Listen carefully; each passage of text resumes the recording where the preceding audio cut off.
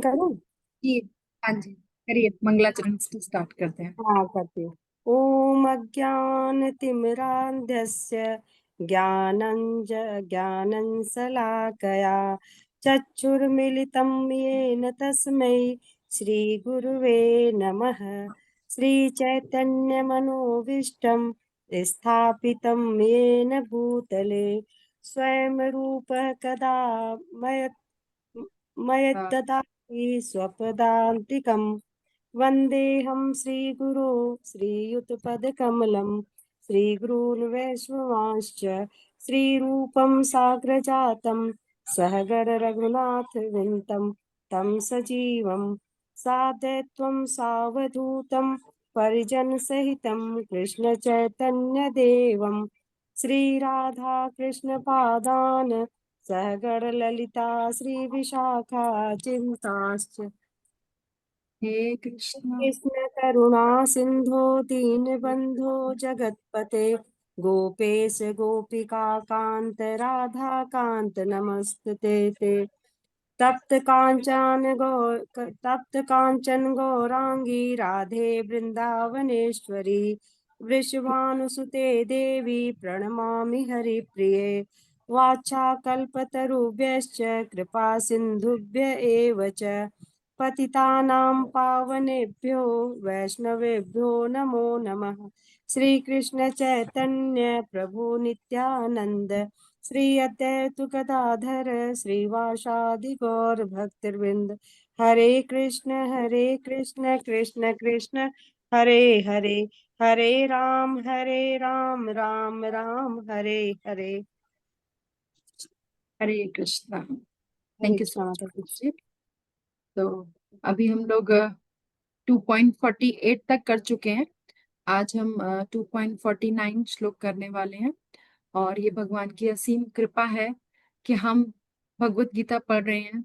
भगवत गीता जो भगवान की वाणी है, जो भगवान के ही मुखारविंद से निकली हुई है, और हम उसको पढ़ पा रहे हैं, समझ पा रहे हैं, तो ये हमारा बहुत बड़ा सौभाग्य है। और हमें इस सौभाग्य का ज्यादा से ज्यादा लाभ उठाना चाहिए। तो श्यामप्रिय माता जी, आप श्लोक पढ़ोगे मेरे साथ? हाँ जी माता जी।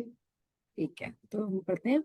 दूरेण है वरम कर्म दूरेण अहं वरं कर्म बुद्धि योगा धनंजया बुद्धि योगा धनंजय बुद्धो शरणमन विच्छा बुद्धो शरणम इन्विच्छ फल कृपणा फल हेतवा। कृपण फल हेतवः। वर्ड मीनिंग पढ़िए इसका। दूरेन दूरेन, दूर से ही त्याग दो। ही मैंने हम्म, निश्चय की, अवरम मैंने गर्हित या निंदनीय, कर्म मैंने कर्म, बुद्धि मैंने बुद्धि योगात मीन्स कृष्ण भावना अमृत के बल पर, धनंजय मैंने हे संपत्ति को जीतने वाले अर्जुन, बुद्धो ऐसी चेतना में, शरणम पूर्ण समर्पण या आश्रय, अनविच मैंने प्रयत्न करो, कृपना मैंने कंजूस व्यक्ति, फल हेतवाह मैंने सकाम कर्म की अभिलाषा वाले। हम्म, हे धनंजय, भक्ति के द्वारा समस्त गर्हित कर्मों से दूर रहो और उसी भाव से भगवान की शरण ग्रहण करो। जो व्यक्ति अपने सकाम कर्म फलों को भोगना चाहते हैं वे कृपण हैं। थैंक यू माता जी। तो यहाँ पे आज हमें पता चलेगा कि एक्चुअली में कृपण कौन होता है। वैसे कृपण कौन होता है नॉर्मली आपके हिसाब से? कौन होता है कृपण? कंजूस को ही बोलते हैं ना माता जी। यस, बिल्कुल सही बोला आपने। कंजूस को ही बोलते हैं ना। तो कंजूस क्यों होता है? वो क्या करता है? ऐसा वो क्या करता है कि हम इसे बोलते हैं कि वो कंजूस है?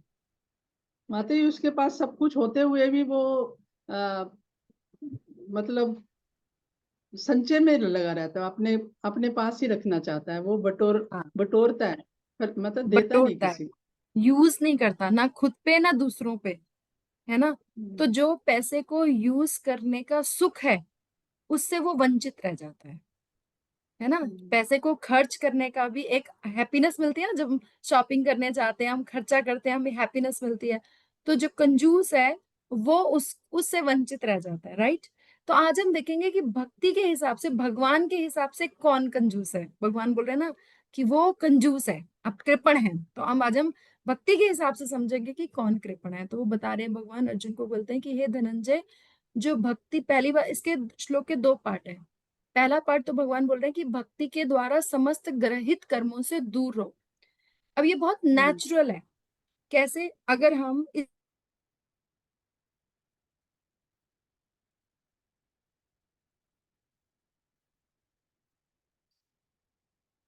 माता जी आवाज नहीं आ रही।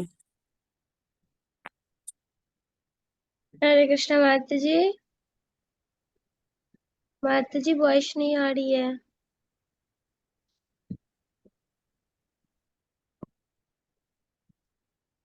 मेरे ख्याल नेट प्रॉब्लम है माता जी, वहाँ लाइट चले गई होगी।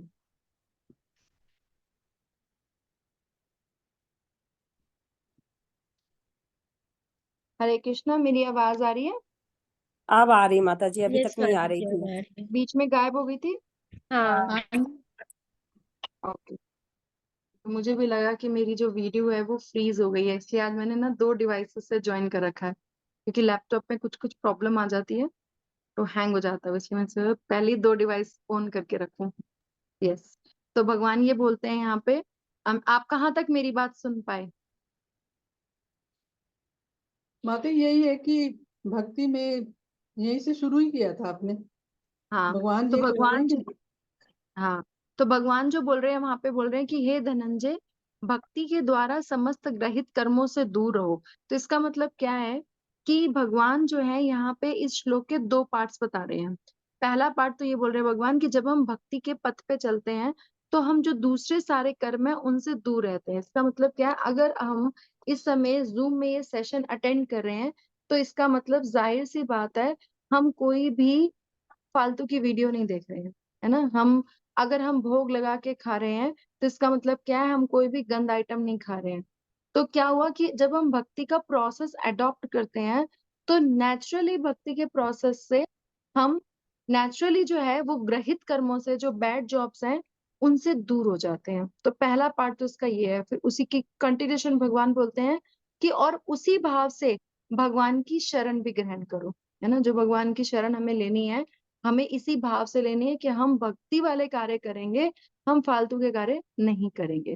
तो इसमें पहली बात तो भगवान ये बोलते हैं। और उसके आगे भगवान बोलते हैं कि जो भी सकाम कर्मों के लिए, सकाम कर्मों में ही लगा रहता है, और अपना मतलब इसमें हम क्या कहना चाहते हैं, अगर हम ये सोचते हैं कि हमें सिर्फ अपने कर्मों का फल लेना है और उस कर्मों के फल से हमें सिर्फ इंजॉयमेंट करना है, हमें भक्ति नहीं करनी है, तो जो भक्ति से मिलने वाला सुख है उससे हम वंचित रह गए, है ना। तो जैसे हमने बोला ना कि एक जो कंजूस व्यक्ति है वो क्या करता है, वो आ, अपने धन को खर्च नहीं करता है, ना अपने पे ना दूसरे पे। तो धन को खर्च करने का जो सुख है वो उससे वंचित रह जाता है। इसी तरीके से हमें ये सांसों की पूंजी मिली है ना, और हम उसमें कुछ ना कुछ कर्म कर रहे हैं। अगर हम वो कर्म सिर्फ और सिर्फ अपने अपने इंजॉयमेंट के लिए करते हैं तो इसका मतलब क्या हुआ कि हमने उसको वेस्ट कर दिया। हमें जो भक्ति से कार्य करने वाला सुख था वो हमें नहीं मिला, और हम सिर्फ हमने it is like we have lost the our things. मतलब एक चीज की हमें बहुत ज्यादा वैल्यू मिल सकती थी, लेकिन हमने जो है उसकी वैल्यू को बहुत ज्यादा निम्न कर दिया उसको, है ना। तो इस तरीके से हमें देखना है। अब इसमें कैसे होगा, हमें सिर्फ ये देखना है कि जो हमारे एक्शंस हैं, जो हम कर्म कर रहे हैं, वो भगवान की प्रसन्नता उसमें है कि नहीं है। एक्चुअली क्या है कि हम अपना आप हम अगर हम इस मतलब मैंने जब ये कॉन्सेप्ट सुना तो मुझे लगा कि कितना डिफरेंट कॉन्सेप्ट है। लाइक हमारे पास इन्वेस्टमेंट है एक, है ना। हम आज कृपणता की और मनी की बात कर रहे हैं, हमारे पास एक इन्वेस्टमेंट है, हमारी ये सांसें हैं, हमारी एक्टिविटीज है ना।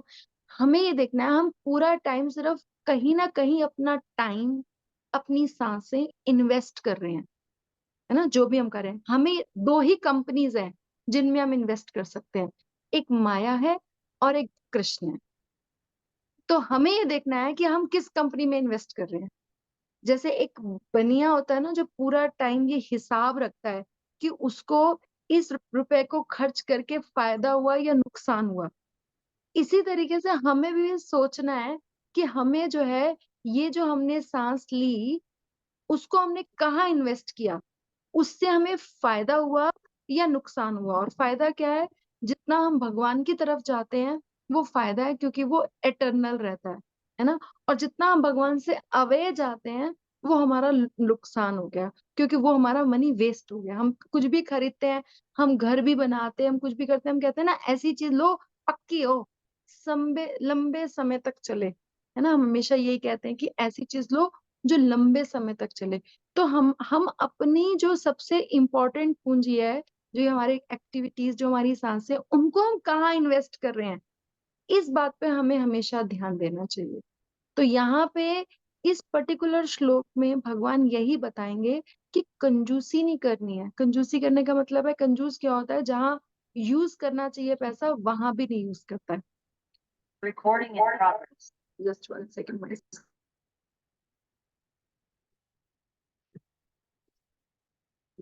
हरे कृष्ण, हरे कृष्ण, हरे कृष्ण, हरे कृष्ण, हरे कृष्ण, हरे कृष्ण।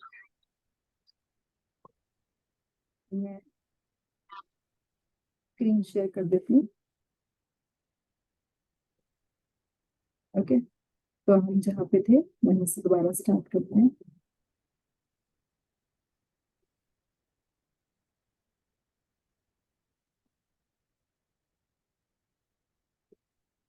तो यहाँ पे हम पढ़ते हैं कि बलदेव विद्याभूषण जो है वो हमें क्या कहते हैं, क्योंकि हम सबसे पहले इसकी गीता भूषण टीका पढ़ेंगे। आपको स्क्रीन नजर आ रहा है? हाँ जी। आ रहा है ठीक, माता जी। यस। तो यहाँ पे बोला भगवान ने, हे धनंजय, भक्ति के द्वारा समस्त ग्रहित कर्मों से दूर रहो। सेकंड, उसी भाव से भगवान की शरण ग्रहण करो। And third most important point, कि जो व्यक्ति अपने सकाम कर्म फलों को भोगना चाहता है, कि हम किसी न किसी बेनिफिट के लिए काम करें और हम चाहते हैं अपने कर्म फल को भोग लें, वो कृपण है। क्योंकि उस सकाम कर्मों से ना चलकर अगर हम निष्काम कर्म करते तो हम भगवान के धाम जा सकते थे। तो हमने रॉन्ग चीजें जो है अडॉप्ट कर ली। तो बलदेव विद्याभूषण इसको और अच्छे से समझाते हैं कि यह श्लोक काम्य कर्मों की निमनता को दर्शाता है। काम्य कर्म इस कि जब हम भगवान से डीलिंग करते हैं कि हम इसलिए काम करें कि हमें ये फायदा मिल जाए, है ना।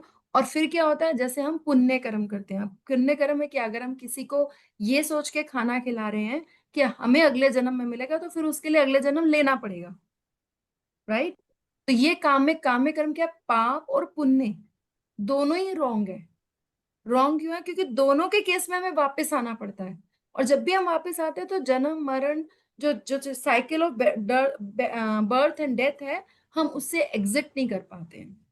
पॉइंट इज दैट कि हमें उससे एग्जिट निकलना। तो काम्य कर्म जो जन्म मृत्यु का कारण बनते हैं, वे निष्काम कर्म बुद्धि योग से कहीं अधिक निमंतर है। दूरेण आवरम, इसका ये मतलब है। तो यहाँ दो चीजों का कंपैरेटिव एनालिसिस हो रहा है, एक सकाम कर्मों का और एक निष्काम कर्मों का। सकाम कर्म, हम जो काम कर रहे हैं उसको अपने बेनिफिट के लिए कर रहे हैं, अपने फायदे के लिए कर रहे हैं। निष्काम कर्म हम जो करें हम भगवान की प्रसन्नता के लिए कर रहे हैं। जब हम अपने लिए कुछ काम करते हैं तो हम कर्म बंधन में फंस जाते हैं, और उस कर्म बंधन का हिसाब किताब करने के लिए हमें दोबारा आना पड़ता है। लेकिन जब हम भगवान की प्रसन्नता के लिए कुछ कार्य करते हैं, और भगवान यहाँ क्या बोलते हैं, बुद्धि योग, कि अपनी बुद्धि का इस्तेमाल करो, बुद्धि का इस्तेमाल करो, और बुद्धि का इस्तेमाल करके सकाम कर्मों में मत फंसो, निष्काम कर्म करो। युद्ध करना है, युद्ध से भागना नहीं है। अपनी जो ड्यूटीज है वो करनी है। जॉब करे, जॉब करनी है, बिजनेस करना है, बिजनेस करना है, सब कुछ करना है, लेकिन किस भाव से करना है, दैट इज इम्पोर्टेंट। ठीक है। जो निष्काम कर्म है वो आत्मा के वास्तविक स्वरूप को समझने की बुद्धि देता है, और इसके कारण ही आत्मा को समझने वाली बुद्धि की शरण को बुद्धो शरणम अन्विच्छ, अर्थात निष्काम कर्म योग को संपादन करने की शरण लो। तो भगवान कर्म, क्योंकि पहला जो चैप्टर, पहले जो फर्स्ट 6 चैप्टर्स हैं, उस पोर्शन को बोला जाता है कर्म योग। और भगवान ने बोला कि कर्म योग की जो है बहुत इंपॉर्टेंस है। बहुत इंपॉर्टेंस तब है जब हम अपने सारे कर्मों को, जो भी हम कर रहे हैं, वो भगवान की प्रसन्नता के लिए करें। जो लोग फल की इच्छा रखते हैं, वो निष्कृत कर्म भी करते हैं ना, हमने देखा है कि निकृष्ट कर्म कई बार लोग अपने बेनिफिट्स के लिए लोगों को धोखा भी दे देते हैं, तो वो दुर्भाग्यशाली और दुखी होते हैं, क्योंकि अपने काम्य कर्मों के कारण वे जन्म और मृत्यु के प्रवाह में निरंतर आते रहते हैं। वो उन उन जो अपने कर्मास है उसके हिसाब से चलते हैं, लेकिन जो भक्त होते हैं, जो भगवान की प्रसन्नता के लिए कार्य करते हैं, वो कर्मों के हिसाब से नहीं आते हैं, वो अपनी भगवान की इच्छा के हिसाब से आते हैं। तो तुम्हें ऐसा कृपण नहीं होना चाहिए। एक कृपण कौन है? जो अपनी श्रम अर्जित धन से प्राप्त अल्प सुख के लोभ के कारण धन का त्याग नहीं कर पाता और इस कारण से दान के सुख से वंचित रह जाता। जैसे मैंने बताया कि कृपण कौन है? जिसके पास पैसे हैं लेकिन वो पैसों को खर्च नहीं करता, किसी को देता नहीं है, तो जो दान करने का, जो खर्च करने का सुख होता है, वो उसको नहीं मिलता। उसी प्रकार उसी प्रकार जो काम्य कर्म करने वाले हैं, जो तुच्छ फलों के लोभ के कारण कि मुझे ये बेनिफिट्स हो जाएं, अपने कर्मों को करते रहते हैं। और जो आत्मा का महान सुख है कि हम इस, देखिए, जो ह्यूमन बॉडी है उससे आप निकृष्ट कर्म भी कर सकते हो और उससे भक्ति भी कर सकते हो, सेम बॉडी से, है ना, सेम चीज से हमने कई बार डिस्कस किया। तो कृपण शब्द से यही सूचित होता है। तो अब इसको प्रभुपाद भी बहुत अच्छे से अपने तात्पर्य में समझाएंगे। यस श्यामप्रिय माता जी, तात्पर्य पढ़िए। तात्पर्य: जो व्यक्ति भगवान के दास रूप में अपने स्वरूप को समझ लेता है, वह कृष्ण भावनामृत में स्थित रहने के अतिरिक्त सारे कर्मों को छोड़ देता है। जीव के लिए ऐसी भक्ति कर्म का सही मार्ग है। केवल कृपण ही अपने सकाम कर्मों का फल भोगना चाहते हैं, किंतु इससे वे भवबंधन में और अधिक फंसते जाते हैं। कृष्ण भावनामृत के अतिरिक्त जितने भी कर्म संपन्न किए जाते हैं वे घरहित है, क्योंकि इससे कर्ता जन्म मृत्यु के चक्र में लगातार फंसा रहता है। अतः कभी उसकी आकांक्षा नहीं करनी चाहिए कि मैं कर्म के कारण बनूं। कृष्ण भावना अमृत में हर कार्य कृष्ण की तुष्टि के लिए किया जाना चाहिए। कृपणों को यह ज्ञात नहीं है कि देववश या कठोर श्रम से अर्जित संपत्ति का किस तरह सदुपयोग करें। मनुष्य को अपनी सारी शक्ति कृष्ण भावना अमृत अर्जित करने में लगानी चाहिए, इससे उसका जीवन सफल हो सकेगा। कृपणों की भांति अभागे व्यक्ति अपनी मानवीय शक्ति को भगवान की सेवा में नहीं लगाते। हाँ, एक मिनट जो रुकना माता जी। यस, यहाँ हाँ, पे इन्होंने बहुत अच्छे से एक्सप्लेन किया है कि हमें करना क्या है। हमें ये नहीं सोचना हम किसी भी कर्म में बंधन में फंसे, है ना, क्योंकि जैसे हमने बताया कि वो रिपीटेड बर्थ एंड डेथ का साइकिल जो वो चलता रहेगा। तो कृष्ण भावना अमृत में क्या हो रहा है, सारे कार्य जो है वो भगवान की तुष्टि के लिए किए जा रहे हैं। और क्योंकि कृपणों को ये पता ही नहीं है कि जो ये हमें देववश या कठोर श्रम से अर्जित संपत्ति का कैसे सदुपयोग करना है। तो हमें क्या करना है, अपनी सारी शक्ति, पूरा दिन हमें ये सोचना है। अगर हम पूरे दिन ये सोचते हैं, अभी यहाँ पे एक बहुत सिंपल एक अच्छा सा मतलब उन्होंने कंसेप्ट दिया, प्रभु जी ने बोला कि सिर्फ 16 राउंड्स करने तक ही हम लिमिटेड नहीं है, उसके बाद हम क्या कर रहे हैं वो भी बहुत मैटर करता है। उसके बाद हम कितनी कृष्णा कॉन्शियस एक्टिविटीज कर रहे हैं वो भी मैटर करती है। अगर उसके बाद की भी सारी एक्टिविटीज हम करते रहे ना ढंग से कृष्णा कॉन्शियसनेस में, तो हम रात को अच्छे से सो पाएंगे, है ना, नहीं तो सो नहीं पाएंगे। तो मनुष्य को अपनी सारी शक्ति जो है वो कृष्ण भावना अमृत अर्जित करने में ही लगानी चाहिए। प्रभुपाद के ये एक एक लाइन में प्रभुपाद ने पूरा पूरा भर भर के डाला हुआ है कि हमें भक्ति कैसे करनी है। और फिर क्या होगा, इसी से उनका जीवन सफल हो रख सकेगा। कृपणों की भांति अभागे व्यक्ति अपनी मानवीय शक्ति को भगवान की सेवा में नहीं लगाते। तो हमें अभागा नहीं बनना है। हमारा सौभाग्य है कि हमें ये पता चल गया है। ये बहुत रहस्य की बात है जो पता नहीं चलती है लोगों को, और हम दिनों दिन और जब जीवन जीवन पूरा बीत जाता है ना, लेकिन हमें ये पता चल गया है कि हमें कैसे, हम कृपण नहीं होना है, हमें उदार होना है ना। तो हमें कैसे भक्ति में लगे रहना है और अपनी सारी एक्टिविटीज को भगवान की सेवा में यूज करना है। तो सिर्फ काम तो हम वही कर रहे हैं ना। तो यहाँ पे जैसे हम पढ़ते हैं तो वहां पे आता है अनुकूलस्य संकल्प प्रतिकूलस्य वर्जनम। मतलब जो आपकी भक्ति की सेव में फेवरेबल है उसको करना है, और जो अनफेवरेबल है उसे नहीं करना है।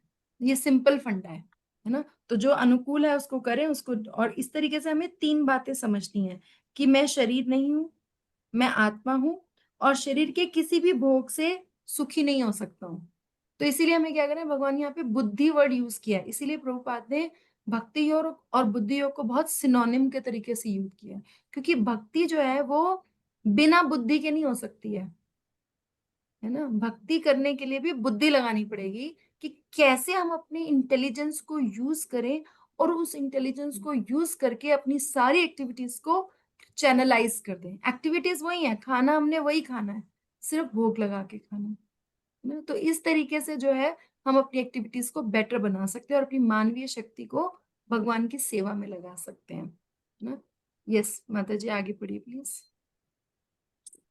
माता श्लोक है, पढ़ू? हाँ हाँ बिल्कुल, पढ़िए ना।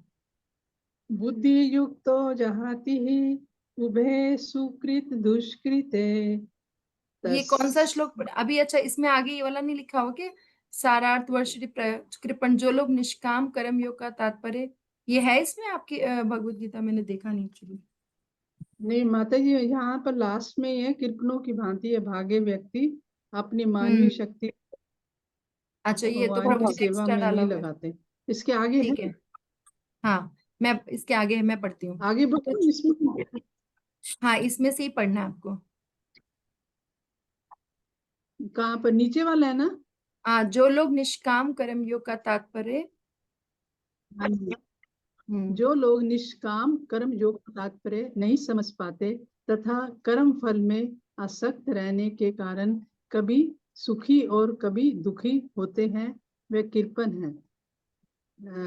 वृद्ध हम्म। आरण्यक विदरण्यक में इसे और भी स्पष्ट रूप से बताया गया है। एक समय महाराज जनक बढ़िया। हम्म।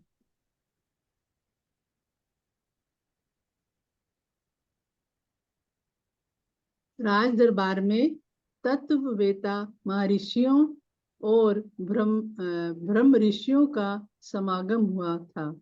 महाराज हम्म। जनक ने सैकड़ों कई दुधारू गायों को सुंदर सुंदर बछड़ों सहित अपने राज कर्मचारियों द्वारा मंगवाया। सभी गायों के सींग सोने से एवं खुर चांदी से मढ़े हुए थे। सोने के अलंकारों से सुसज्जित वस्त्र उनके पीठ पर शोभा पा रहे थे। महाराज जनक ने उन ऋषियों की ओर मुड़कर, माती ऊपर करना, हम्म। मुड़कर बड़े ही विनम्रता से हाथ जोड़कर कहा, मैं प्रार्थना करता हूँ कि आप लोगों में से जो ब्रह्म वेता है वे इन गायों को ग्रहण करें। सभासदों में परस्पर कानाफूसी होने लगी। कोई भी सहसा अपने को ब्रह्म वेता बताकर गायों को ले जाने के लिए खड़ा नहीं हुआ। महाराज ने पुनः उनकी ओर गंभीर मुद्रा से देखा। इस बार महर्षि यज्ञवल्क्य ने उठकर उठकर अपने छात्रों को संबोधित करते हुए कहा, बुट, इन गायों को हाँक कर मेरे आश्रम ले चलो। ऐसा सुनकर महर्षियों ने उनका प्रतिवाद किया और कहा, क्या क्या क्या कहा, क्या आप ब्रह्मवेता हैं? महर्षि यज्ञवल्क्य ने उत्तर दिया, ब्रह्मवेता के चरणों में मेरा प्रणाम। तथापि आप लोगों को इस विषय में कुछ परीक्षा लेनी हो अथवा कोई जिज्ञासा हो तो आप ऐसा कर सकते हैं। महर्षि ने नाना प्रकार के प्रश्न किए और उन प्रश्नों का यथोचित उत्तर महर्षि याज्ञवल्क्य ने दिया। सबके अंत में महाविदुषी गार्गी ने बड़ी नम्रता पूर्वक कहा, कृपण कौन है तथा ब्राह्मण कौन है? इसी के उत्तर में महर्षि याज्ञवल्क्य ने कहा, जो वा इत दक्षरम गारे विदित त्वा अस्मा लोकात प्रेति सह।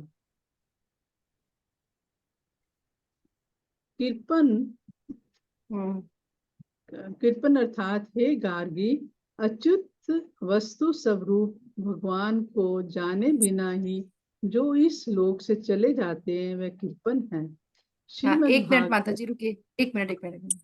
तो ये देखिए, ये एक एपिसोड पूरा बताया गया, एक स्टोरी बताई गई कि जिसमें महाराज जनक जो थे उन्होंने सब अपने गाइया को बुलाया, मतलब सारे ऋषियों को बुलाया और बहुत सारी गैया उन्होंने बुलाई और बुलाया कि जो आप में से ब्रह्म वेता है, जो ब्रह्म तत्व को जानने वाला है, वो लेके जा सकते हैं। तो कोई भी नहीं रहा कि जैसे भक्त बैठे हो तो कोई पूछे कि हाँ भाई कौन महान भक्त है, तो आउट ऑफ ह्यूमिलिटी कोई भी भक्त जल्दी से आके नहीं बोलेगा। लेकिन जब उन्होंने दोबारा पूछा तो याज्ञवल्क्य मुनि ने बोला। इस श्लोक को प्रभुपाद अपने तात्पर्यों में या अपने जगह अपने बहुत बार जो है वो कोट करते थे, तो उसका पूरा बैकग्राउंड दिया है इन्होंने। तो ये इस तब यहाँ पे उन्होंने गार्गी को करते हुए, जो गार्गी मुनि थे उनको बोला कि जो भी अच्युत वस्तु स्वरूप भगवान है ना, जो अच्युत है, जो भगवान है, उनको अगर कोई जाने बिना ही, जिसको पता ही ना चले कि भगवान कौन है और वो इस लोक से चला गया, जिसने पूरे जीवन अपना बिना भक्ति के गुजार दिया, जो भगवान को जान ही नहीं पाया, वो कृपण है। जैसे आज हम कृपण के बारे में बात करें तो वो कृपण है। फिर श्रीमद् भागवत में भी बोला गया है। तो यस माता जी पढ़िए। श्रीमद् भागवत 6 से 9 तक, नहीं, 6, 9, 48, अध्याय 6 6। कैंटो 9 चैप्टर 48 श्लोक। माता जी बड़ा नहीं हो सकता है, थोड़ा छोटा है इसलिए दिक्कत हो रही है। अच्छा, बड़ा करूँ थोड़ा सा। हम्म। ओके, इसका जूम पढ़ने में बढ़ाती हूँ। दिक्कत। आपको दिक्कत हो रही है? लीजिए, इज इट हाँ बेटर नाउ? हाँ हाँ हाँ अब जी, ठीक हाँ। है। ठीक है, पढ़िए। श्रीमद् भागवत 6:9-48 में ऐसा कहा गया है, कृपण गुण वस्तु अर्थात गुण से पैदा हुए विषयों को ही जो परमार्थ वस्तु मानते हैं वह कृपण है। कृपणों जो अजितेंद्रिय है अर्थात अजितेंद्रिय व्यक्ति ही कृपण है। तो इसमें क्या बोला उन्होंने, भागवत में क्या बोला? कृपण कौन है? जो गुण से पैदा हुए विषयों को ही परमार्थ मान लेते हैं, जो ये मान लेते हैं कि जो यहाँ पे हमें भौतिक गुणों के आधार पे दिख रहा है वही अल्टीमेट है, भगवान नहीं है कुछ भी। अगर वही अल्टीमेट है, जो ये मान लेते हैं, वो कृपण है। और कृपणों अजितेंद्रिय, जिसने अपनी इंद्रियों पे संयम नहीं रखा है ना, जो जितेंद्रिय, जिसने अपनी जितेंद्रिय इंद्रियों को जीत लिया है। अजितेंद्रिय, जिसने नहीं जीता है, जिसने जो अपनी इंद्रियों के हिसाब से ही चल रहा है, वो व्यक्ति कृपण है ना। तो आज हम इस पे एनालिसिस कर रहे हैं, तो ये बताया गया कहाँ कहाँ बताया गया कि कौन कौन कृपण है ना। तो इस तरीके से हमने इस श्लोक के माध्यम से समझा कि कृपण कौन है। तो अब हमें कृपण नहीं बनना है, हमें भगवान को अंडरस्टैंड करना है, राइट।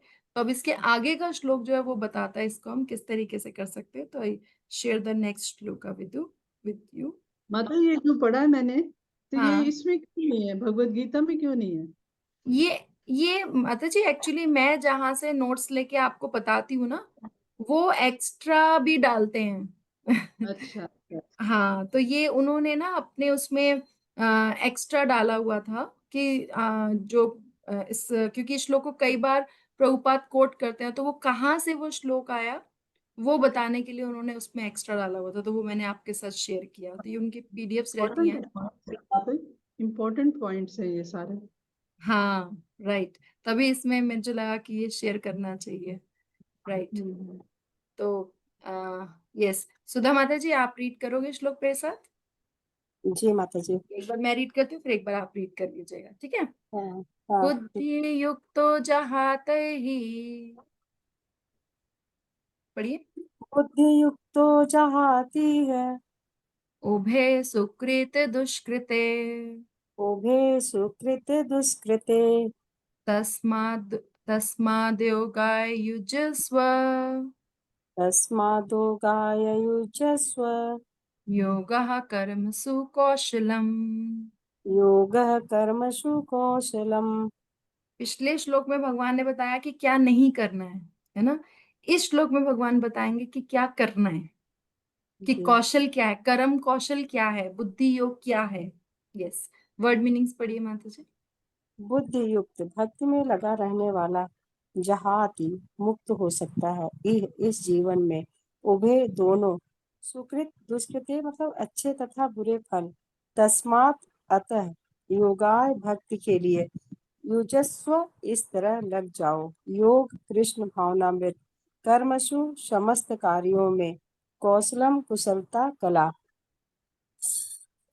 भक्ति में संलग्न मनुष्य इस जीवन में ही अच्छे तथा बुरे कार्यों से अपने को मुक्त कर लेता है। अतः योग के लिए प्रयत्न करो, क्योंकि सारा कार्य कौशल यही है। तात्पर्य यस, परमा दीजिए। नहीं अभी रुकिए, पहले थोड़ा सा टिप्पणी डिस्कस करेंगे इसकी। तो यहाँ पे क्या बोला उन्होंने कि भक्ति में संलग्न मनुष्य इस जीवन में ही अच्छे और बुरे दोनों कार्यों से मुक्त हुए, क्योंकि जैसे होता है ना कि पाप का अकाउंट अलग चलता है, पुण्य का अकाउंट अलग चलता है। हमें दोनों से ऊपर उठना है ना, क्योंकि पाप करेंगे तो भी भुगतने आना पड़ेगा और पुण्य करेंगे तो भी उसका फल लेने आना पड़ेगा। क्योंकि पुण्य हम क्या मतलब, पुण्य मतलब क्या है कि हम इसको आने वाले जीवन में हमें इसका फायदा मिले, इसलिए हम आज ये कर्म करते हैं ना, कहते हैं ना कि आने वाले जीवन में फायदा मिलेगा। इवन स्वर्ग लोक तक भी चले जाते हैं तो वहां से भी वापस आने लगता है। आगे भगवान बोलेंगे जब पुण्य क्षीण हो जाते हैं तो उच्च लोकों से भी वापस आ जाते हैं। तो सिर्फ एक गोलोक धाम ऐसा है, भगवान का धाम ऐसा है जहां से वापस नहीं आते। और दूसरी बात, जब हम भक्ति करते हैं तो हम यहाँ पे रहते हुए भी इससे अबव हो जाते हैं, क्योंकि हम भगवान की शरण में आ जाते हैं, है ना। तो एक्चुअली क्या है कि यहाँ पे जैसे होता है ना कि एक जो आयरन रॉड होती है, ठीक है, आयरन की जो रॉड होती है जब वो गर्म हो जाती है तो वो इतनी गर्म हो जाती है कि वो ही हीट का काम करने लगती है ना। अगर उसको हम फायर में करें तो वो ही इतनी गर्म हो जाएगी कि जैसे वही आग, उसमें कैपेसिटी होती है उतना जलाने की। तो इसी तरीके से कर्म है जो हमारे, अगर कर्मों को हम भगवान की प्रसन्नता के लिए करेंगे तो वही कर्म जो हमें बांध रहे थे पहले, वही इतने प्योर हो जाते हैं कि वो हमें फ्री कर सकते हैं। और ये क्या है, ये कर्म कौशल है ना, भगवान ने बोला ना, क्योंकि योग के लिए प्रयत्न करो। अब यहाँ पे क्या है, योग is not just eight physical level. अभी क्या है, आज के टाइम में हमने योगा को ना सिर्फ फिजिकल लेवल तक लाके लिमिट कर दिया है। एक्चुअली योगा मतलब क्या है, अभी एक छोटी सी मैं वीडियो भी देख रही थी, प्रभुपाद की छोटी सी वीडियो थी कि योग का मतलब क्या है, टू ऐड कृष्णा। योग इज व्हाट, टू, उसको जमा करना है ना, जो बोलता है ना इसका कुल टोटल निकालो, राइट। तो योग इज टोटल निकालना है ना। तो अगर हम अपनी लाइफ में भगवान को ऐड कर लेते हैं, भगवान के साथ कनेक्शन बिल्डअप कर लेते हैं, दैट इज द योगा। हम क्या है, हम तो सारे जीरो हैं ना। अगर और भगवान क्या है, वो वन है। तो जितने भी जीरो उनकी कोई वैल्यू नहीं है, लेकिन जब उसके आगे वन लग जाता है तभी उसकी वैल्यू होती है। और तभी हमारी वैल्यू होगी जब हम भगवान के साथ रहेंगे। तो यहाँ पे वो योग का वही मतलब है कि हम भगवान के साथ जो है वो कनेक्ट कर सकें। क्योंकि जो ह्यूमन बॉडी हमें मिली है, बाकी सब बॉडीज क्या है, वो भोग योनिज है ना। अगर हम किसी भी पशु की जोनी होती है या कुछ भी होता है तो वो क्या, वो कोई नया कर्म क्रिएट नहीं कर सकता। वो तो जो उसने कर्म पहले कर रखे उनको भुगतना ही है ना। लेकिन जो ह्यूमन बॉडी है, that is the only body which is a junction. बाकी सब में तो ऊपर ही जाना है, इवोल्यूशन प्रोसेस है, ऊपर ही जाना है। लेकिन ह्यूमन बॉडी का एक चौराहा है, आप उससे ऊपर भी जा सकते हो, नीचे भी जा सकते हो, depending upon what you do, depending upon what we do. तो यहाँ पे भगवान उसको करने की हमें बुद्धि दे रहे हैं, इंटेलिजेंस दे रहे हैं कि क्या करना है आपको, जिससे कैसे आप स्मार्ट बन सकते हो। कैसे हम, everybody wants to be smart ना। अब अगर हमें किसी को नहीं पता है तो वो ignorance is not the bliss. नहीं पता है, बुरे कर्म कर रहे हो तभी, अगर लाइट ब्रेक करो और आपको मुझे पता नहीं है तो फिर तो सजा तो मिलेगी मिलेगी, राइट। तो इसी तरीके से चाहे हमें पता हो चाहे ना पता हो, हमें जो है वो देखना है। तो इसको हम आगे पढ़ते हुए जो है, हम आगे इसको पढ़ते हैं। इसमें गीता भूषण जो बलदेव विद्याभूषण जी कहते हैं कि यह श्लोक जो है वो बुद्धि योग, निष्काम कर्म योग की महान शक्ति को प्रदर्शित करता है। कि जो निष्काम कर्म योग है, बुद्धि योग है, वो बहुत महान है, बहुत पावरफुल है। वह व्यक्ति जो अपनी बुद्धि का उपयोग करते हुए सारे कर्म करता है, जिसमें कर्मों में मुख्य फल का त्याग होता है और फल प्राप्ति या अप्राप्ति में समानता रहती है, तो ऐसा व्यक्ति अनादिकाल से अर्जित अच्छे और बुरे कर्म फलों को, सुकृत और दुष्कृत को विध्वंस ध्वंस कर देता है। इस एक लाइन में बहुत सारे शब्द हैं जिसको हमें समझने की जरूरत है। बुद्धि योग का माता मतलब, जी, इसमें ये वाला श्लोक आ सकता है ना, मय्यो मन आधस्व बुद्धि निवेशम। ये वाला कौन सा उसका है, मय्यो मन आधस्व मयि बुद्धिम निवेश्य निवेशस्य मयि अथवा ऊर्ध्व न संशय। बिल्कुल, भगवान ये आ इसको आगे सकता और समझाएंगे अभी जो आप बोल रहे हो। है। यस हाँ तो यहाँ पे में क्या है कि जो व्यक्ति अपनी बुद्धि का उपयोग करते हुए सारे कर्म करता है, अब सारे कर्म का मतलब क्या है? फर्स्ट, कर्मों के मुख्य फल का त्याग। हमें कोई भी फल अपने लिए नहीं लेना है, हमें सब भगवान की प्रसन्नता के लिए लेना है, ठीक है। सेकंड, फल प्राप्ति या अप्राप्ति में समानता, सेम लेवल पे रहना। क्योंकि अगर हम अपनी सेटिस्फेक्शन के लिए काम करना शुरू कर देते हैं, उसी समय हम उसमें बंध जाते हैं। तो हम प्रयास करेंगे, है ना, हम प्रयास करेंगे, लेकिन हम उसको एक्सेप्ट नहीं करेंगे। हम प्रयास ये करेंगे कि हमें ये कार्य करना है और भगवान की प्रसन्नता के लिए करना है। अब वो होगा या वो नहीं होगा, वो भगवान जाने, ठीक है। तो फिर क्या होगा? ऐसा व्यक्ति अनादिकाल से अर्जित अच्छे और बुरे दोनों कर्म फलों को विध्वंस करता है।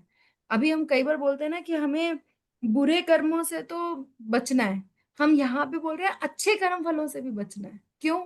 ऐसा क्यों कह रहे हैं हम? बताइए। अच्छे कर्म से, अच्छे कर्म के फल से भी हम बचना चाह रहे हैं, वाई? क्योंकि अच्छे कर्म अगर हम जो करेंगे तो खाली ये स्वर्ग तक ही जाने पे जो पुण्य है वहां से फिर वापस होके फिर नीचे आ जाते हैं। और यस, अगर हम भगवान की सेवा करके और भगवान का वो करके मतलब निष्काम भाव से करके तो फिर वो हमको गोलोक को प्राप्त होता है। ऐसा कुछ है क्या मतलब? ऐसा ही है। क्योंकि अगर हम अच्छे कर्म भी करते हैं तो भी उनकी फल की प्राप्ति के लिए यही आना पड़ेगा, और हम्म। वापस आना पड़ेगा। तो जो जन्म मरण और उसके जन्म के साथ कनेक्टेड जो प्रॉब्लम्स है, वो तो वैसी की वैसी रहेंगी ना, वो तो होगी ही होगी, है ना।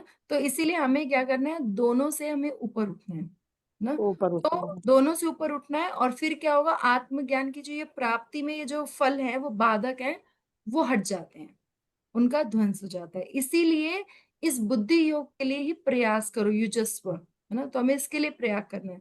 इस प्रकार योग में नियोजित होकर और ऐसी बुद्धि से युक्त होकर कर्म करना ही कर्म कौशल है ना। तो कर्म कौशल, हम आजकल स्किल डेवलपमेंट पे बहुत बात होती है ना, कि स्किल होना चाहिए हमें। तो वो स्किल क्या है? वो स्किल ये है कि हम अपने आप कर्मों को इस तरीके से करें कि वो भगवान की प्रसन्नता के लिए हो। अगर हम अपनी सेटिस्फेक्शन के लिए कर रहे हैं, या विद अब हम किसी को खाना खिलाना चाहते हैं तो खिला सकते हैं, कोई प्रॉब्लम नहीं, उसको अच्छा काम है। लेकिन सिर्फ खाना खिला रहे हैं तो हम उसमें बंध रहे हैं। लेकिन अगर उसे भगवान का प्रसाद खिला रहे हैं, भोग लगा के खिला रहे हैं, तो फिर हम नहीं बंध रहे हैं, क्योंकि हमने भगवान को बीच में लिया है ना। तो जैसे ही हम भगवान को बीच में ले आते हो तो भगवान जाने, वो अब भगवान की रिस्पॉन्सिबिलिटी हो गई, हमारी रिस्पॉन्सिबिलिटी नहीं। And we are not getting anything of it, neither positive nor negative. ये कॉन्सेप्ट है। तो क्योंकि वे सामान्य कर्मों को जो बंधन के कारण है, उन्हें ही मुक्ति का कारण बना देता है। इसके बहुत अच्छे दो एग्जाम्पल्स हैं। पहला एग्जाम्पल दे दिया, जैसे पारे को उसके जहरीले प्रभाव से शुद्ध कर दिया जाता है। पारा इस जो हमारा मरकरी होता है, वो बहुत जहरीला होता है ना। लेकिन उसी की जब दवाई बनती है तो वो उसका प्रॉब्लम को सॉल्व कर देती है ना। दूध जो है पेट खराब कर सकता है, लेकिन जब दूध से बना ही दही खाया जाता है तो वो पेट ठीक कर देता है। तो यहाँ पे हम कह रहे हैं कर्म वही है, एक्टिविटीज वही करनी है, लेकिन उसको किस तरीके से करना है, इससे उसका इफेक्ट चेंज हो जाएगा। किस भाव से करना है, इससे उसका इफेक्ट चेंज कर जाएगा। और ये बुद्धि लगाना, ये इंटेलिजेंस लगाना ही कर्म कौशल है। That is a smart work. हम बोलते हैं ना, हार्ड वर्क की जरूरत नहीं है, ज्यादा स्मार्ट वर्क की जरूरत है। तो भगवान आज के इसके हिसाब से मुझे हमें जो है वो स्मार्ट वर्क सिखा रहे हैं ना। तो चलिए इसका हम तात्पर्य पढ़ते हैं। यस सुधा माता जी, तात्पर्य पढ़िए प्लीज। जीवात्मा अनादिकाल से अपने अच्छे तथा बुरे कर्म के फलों को संचित करता रहा, फलतः वह निरंतर अपने स्वरूप से अनभिज्ञ बना रहा। इस अज्ञान को भगवत गीता के उपदेश से दूर किया जा सकता है। यह हमें पूर्ण रूप से भगवान श्री कृष्ण की शरण में जाने तथा जन्म जन्मांतर कर्म फल की श्रृंखला का शिकार बनने से मुक्त होने का उपदेश देती है। अतः अर्जुन को कृष्ण भावनामृत में कार्य करने कार्य करने के लिए कहा गया है, क्योंकि कर्म फल के शुद्ध होने की यही प्रक्रिया है। हाँ माता जी रुकिए एक मिनट। यहाँ पे क्या बोला है अगेन? जितने भी वर्ड्स हैं, हर वर्ड का अपना एक मतलब है। ठीक है। जीवात्मा जो है यानी कि हम अनादिकाल से ने अच्छे और बुरे कर्म के फलों को संचित करता रहा है। ऐसा बोला जाता है कि गंगा जी के घाट पे जितने बालू के कण है ना, उससे ज्यादा तो हमने जन्म ले लिए हैं, है ना। और अगर हर जन्म में हम एक एक आंसू भी बहाया होगा तो कितना तो हम रो चुके हैं इन अच्छे बुरे कर्म फलों के चलते। लेकिन क्या है, प्रॉब्लम क्या है कि हम, ये हमारे लिए बोला जा रहा है, जीवात्मा मीन्स हम, फलतः वह निरंतर अपने स्वरूप से अनभिज्ञ रहता है। फिर भी हम यही नहीं समझ पाते हैं कि जीवर स्वरूप होए नित्य कृष्ण दास। ये बात बहुत कम लोगों को पता है। बाकी सब तो हम अपने, जब तक हम भी कनेक्टेड नहीं थे या हमें नहीं पता थी, तब तक हम भी पता नहीं क्या सोचते थे कि हम पता नहीं कौन क्या करने वाले हैं ना। तो हमें कम से कम ये स्वीकार करना चाहिए कि हम आत्मा हैं। सेकंड, हमें ये पता होना चाहिए कि हमें ये ज्ञान ही नहीं है कि हम आत्मा है, और इसलिए हमें ऐसे कार्य करना चाहिए जिससे हमें ये ज्ञात हो जाए कि हम आत्मा है, क्योंकि हमें पता ही नहीं है ना। हम कह देते हैं, इवन जब हम सेशंस करते हैं, इवन मैं भी, जब हम पढ़ते हैं तो हम ये पढ़ लेते हैं और हम कह देते हैं, लेकिन जरा सी लड़ाई हो जाए पूरे हम बॉडीली लेवल पे जो है उतर के आ जाएंगे with in fractions of seconds, है ना। तो हमें ये पता होना चाहिए। और ये जो अज्ञान है हमारा, जो हम अपने स्वरूप से अनभिज्ञ हैं, ये जो अज्ञान है उसको कैसे दूर किया जा सकता है? उसको भगवत गीता के उपदेश से दूर किया जा सकता है। जब हम इस नॉलेज को ले रहे हैं फिर भी हमें थोड़ा थोड़ा ग्लिम्स के फॉर्म में पता चल रहा है कि हाँ हम सोल हैं, तो कहीं ना कहीं दिमाग में स्ट्राइक होता है जब हम कुछ गलत करते हैं, तो नहीं नहीं हम सोल लेवल पे हैं, हम बॉडीली लेवल पे नहीं सोचना है। अब जब हम थोड़ा थोड़ा पढ़ने लगे हैं, और वो भी अगर जरा सा भी ज्यादा हो जाए या जरा सा भी हमें आंच आ जाए तो फिर हम वो सब भूल जाएंगे, है ना। तो इस, ये हमें पूर्ण रूप से भगवान श्री कृष्ण की शरण में जाने और जन्म जन्मांतर तक कर्म फल की श्रृंखला का, श्रृंखला लिखा है यहाँ पे, श्रृंखला का मतलब कंटिन्यूअसली शिकार बनने से मुक्त होने का उपदेश देती है। ये जो भगवान हमें बता रहे हैं, इसलिए अर्जुन को भगवान ने बोला कि तुम कृष्ण भावनामृत में कार्य करने के लिए कहा गया, क्योंकि कर्म फल के शुद्ध होने की यही प्रक्रिया है। This is the starting step, है ना। आगे चल के चैप्टर जब 12 आता है तो 12 में ना बताया गया है कि ना, एक लेटर है, उसमें बोला जाता है कि देखो ऐसा है, सबसे उत्तम तो यह है कि तुम भगवान की प्रसन्नता के लिए कार्य करो, है ना। अगर वो नहीं कर सकते तो जो कर्म कर रहे हो उसका फल भगवान को ऑफर करो। अगर वो भी नहीं कर सकते हो तो कम से कम अच्छे कर्म करो। अच्छे कर्म भी नहीं कर सकते तो जो भक्ति कर रहे हैं कम से कम उनको सपोर्ट दो, कम से कम उनको। तो इस तरीके से ना स्टेप बाय स्टेप बताएगा, अच्छा इतना तो कर लो, अच्छा इतना तो कर लो। तो इसीलिए यहाँ पे बोला कि ये जो कर्म फल से शुद्ध होने की यही प्रक्रिया है, प्रोसेस यही है। अब हम उसको कितने दिन में समझे, कब एडॉप्ट करें, ये तो चलता रहेगा, है ना। लेकिन दिस इज द प्रोसेस कि हमें जो है वो अपने बस बुद्धि का इस्तेमाल करना है, क्योंकि जो व्यक्ति भी महान बनना चाहता है ना, वो भगवान बनना चाहता है। और भगवान की शरणागत कैसे आएगी, फिर नम्रता कैसे आएगी, ये हमें लानी पड़ेगी। तो इसीलिए हमें बुद्धि योग के लिए प्रयास करना है और हर कर्म को भगवान से जोड़ कर करना है ना। जैसे हम जब बीमार होते हैं, ठीक है, तो हम अपनी बुद्धि का इस्तेमाल करते हैं ना कि हमें, अगर मेरा गला खराब है तो मुझे आइसक्रीम नहीं खानी चाहिए, ठंडा नहीं पीना चाहिए। तो ये इसके लिए मुझे अपनी इंटेलिजेंस भी लगानी पड़ेगी और अपने पे कंट्रोल भी करना पड़ेगा। सिमिलरली सिमिलरली हम भी यहाँ पे बीमार ही हैं। प्रभुपद कहते थे ये मंदिर नहीं है, हॉस्पिटल्स हैं, जो जहाँ पे भव रोग जो है ना, वो क्यों हम बीमार है, क्यों हम इग्नोरेंस में हैं, हम अज्ञानता में हैं, हमें पता नहीं है, हमारी, हम भूल गए हैं, है ना। मेमोरी लॉस हो गया है कि हम ओरिजिनल क्या है, हमारी ओरिजिनल पोजीशन क्या है। तो इसलिए भगवान बोलते हैं कि तुम्हें युद्ध करना बंद नहीं करना है, अपना काम करना बंद नहीं करना है, सिर्फ चेतना को चेंज करना है, ठीक है। नारद मुनि भी कहते हैं कि जिन कर्मों को करने से कर्म बंधन लगता है, वही कर्म जब कृष्ण को समर्पित करते हैं तो वही कर्म मुक्ति का कारण हो जाते हैं। कर्म वही है, कार्य अपने जिस भी देश काल परिस्थिति में हम हैं, उसी को हमें उसी में रहना है। लेकिन जो है हमें अपनी सिर्फ चेतना बदलनी है ना। फल की इच्छा मत करो, क्योंकि फल जो है वो इस जगत को प्राप्त कराएंगे हमें। सो इसलिए कृष्णा कॉन्शियसनेस जो है वो भक्त बनने की इच्छा करनी है। भगवान बोलते हैं कि तुम्हारे पास 99.9% तो सब कुछ फिक्स्ड है। जन्म मरण लाभ हानि यश अपयश, ये सब कुछ अपयश। फिक्स्ड है हमारी लाइफ में। क्या फिक्स नहीं है? भक्ति। उसके लिए प्रयास करना पड़ेगा। तो ये जितनी भी हम एक्टिविटीज कर रहे हैं ना, वो उसी का प्रोसेस है। तो जो व्यक्ति अपनी बुद्धि से भक्ति में लगता है, वो अपने अच्छे और बुरे सारे कर्मों से जो है वो ऊपर उठ जाता है, और वही कर्म कौशल है। ठीक है, तो एक तो है हम कर्म फल अपने लिए ले रहे हैं, और दूसरा है कर्म फल को भगवान की सेवा में लगा रहे हैं। तो हमें पूरा टाइम देखना चाहिए कि हम क्या बोल रहे हैं, हम क्या कर रहे हैं। पूरा टाइम अपने पे नजर रखनी चाहिए। हम दूसरों पे तो नजर रखते हैं, अपने पे नजर रखनी चाहिए कि what exactly we are doing. तो अगर हम अपने पे भी नजर रखेंगे तो हम समझ पाएंगे कि हम कितनी एक्टिविटीज जो है वो कृष्णा कॉन्शियसनेस में कर रहे हैं। तो एक और श्लोक करते हैं। कौन पढ़ना चाहेगा मेरे साथ? Anybody who wants to read with me? पढ़ो माता जी। हाँ, निशा माता जी आप पढ़ोगे, या सुमन माता जी में से कोई भी, जो भी पढ़ पाए। जी माता जी पढ़ दूं। ठीक है। कर्मजा बुद्धि युक्ता ही कर्मजं बुद्धि युक्ता ही फलं त्यक्त्वा मनीषिणा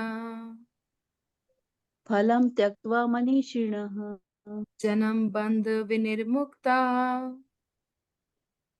जन्मबन्ध विनिर्मुक्ताः पदं गच्छन्त्यनया नामयम्। पदं गच्छन्त्यमयम्। ये 2.51 वर्स है, 2 चैप्टर 2 51 श्लोक। तो माता जी इसकी वर्ड मीनिंग्स पढ़ दीजिए।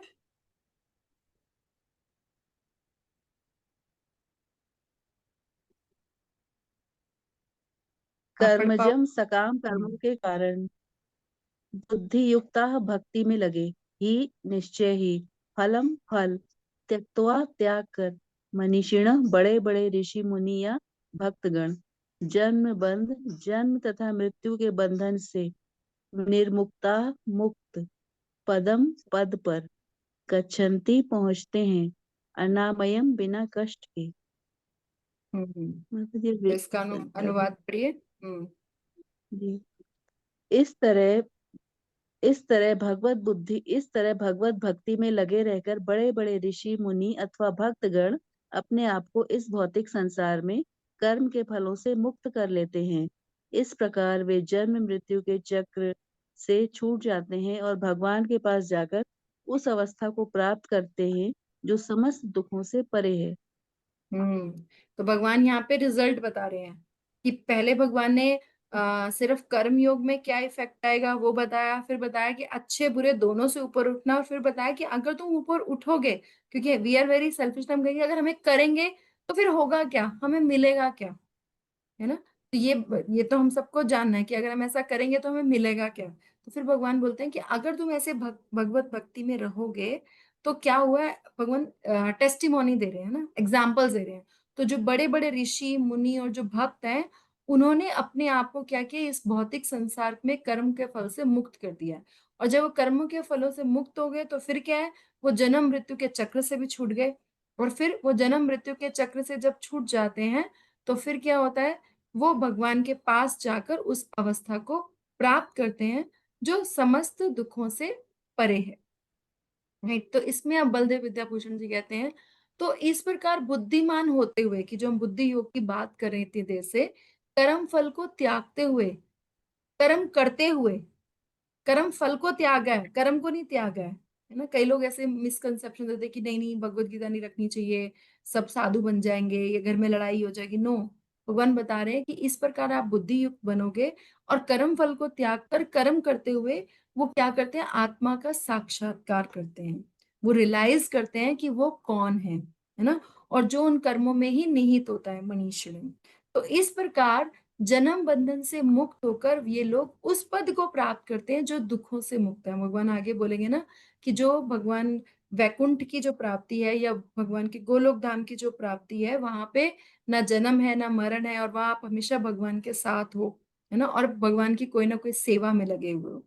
तो क्योंकि अपने आप को श्रेय के विषय में पूछा, क्योंकि आपने अपने श्रेय के विषय में, भगवान ने, अर्जुन ने भगवान को बोलता ना कि जो मेरे लिए श्रेयस्कर हो वो बताइए, है ना। तो जो श्रेयस्कर हो वो बताइए। तो भगवान बोल रहे क्योंकि आपने पूछा था ना कि आपके लिए क्या बेस्ट है, तो मैं आपको ये बता रहा हूँ कि आपके लिए क्या बेस्ट है, इसलिए आपको अपने नियत कर्मों में नियोजित होना है, अपने नियत कर्मों में करना है, क्योंकि आत्मज्ञान परमात्मा के ज्ञान के कारण होता है, जिससे वैकुंठ की प्राप्ति होती है। इसलिए यहाँ पे कहा गया है कि आत्मा का ज्ञान भी वैकुंठ की प्राप्ति कराने वाला है। क्योंकि क्या प्रॉब्लम है हमारी कि ना तो हम अपने आप को बारे में जानते हैं, ना हम भगवान के बारे में जानते हैं, और ना ही हमारे और भगवान के रिलेशनशिप के बारे में जानते हैं। तो पहले हम खुद को पहचाने। जब हम अपने आप को पहचानेंगे कि हम आत्मा है, तभी हमें पता चलेगा कि हाँ परमात्मा भी है कोई, हम सोल है तो सुपर सोल भी है कोई, और अगर कोई सुपर सोल भी है तो हमारा और उनका क्या रिलेशनशिप है, फिर हम वो पहचानेंगे। फिर हम जानेंगे कि हम जीवेर स्वरूप है नित्य कृष्ण दास, कि हम भगवान के सेवक हैं। जब हम भगवान के सेवक हैं तो हमें सब कुछ भगवान की प्रसन्नता के लिए करना है। एक छोटी सी अगेन, कई कई बार ना शॉर्ट्स भी ऐसे आ जाते हैं, तो कहते हैं कि before being Krishna conscious we need to be duty conscious. कि जो भी हम भक्ति कर रहे हैं ना, पहले उसको ड्यूटीफुली करें। कि जैसे अगर हमें ऑफिस का कुछ मीटिंग है तो हम बहुत जल्दी उठ जाएंगे, हमें आज सुबह 7 बजे पहुंचना है तो उठ के चले जाएंगे, 6 बजे पहुंचना है उठ के चले जाएंगे। लेकिन भक्ति के लिए भी क्या हम उतनी जल्दी उठ पाते हैं, या उतनी कमिटमेंट है कि रुकना है तो लेके हम भक्ति के लिए भी उतने देर रुक पाते हैं, है ना। तो पहले before being Krishna conscious be duty conscious. Duty क्या है, मेरी जो भगवान के प्रति जो ड्यूटी है, जो एक्चुअली में हमारे स्वामी है, उनको हम कितना ड्यूटीफुली सर्व कर पा रहे हैं, इसको हमें देखना है ना। तो ये हमें इसको समझना है। यस माता जी। सुमन माता जी पढ़िए, यहाँ से तात्पर्य पढ़िए।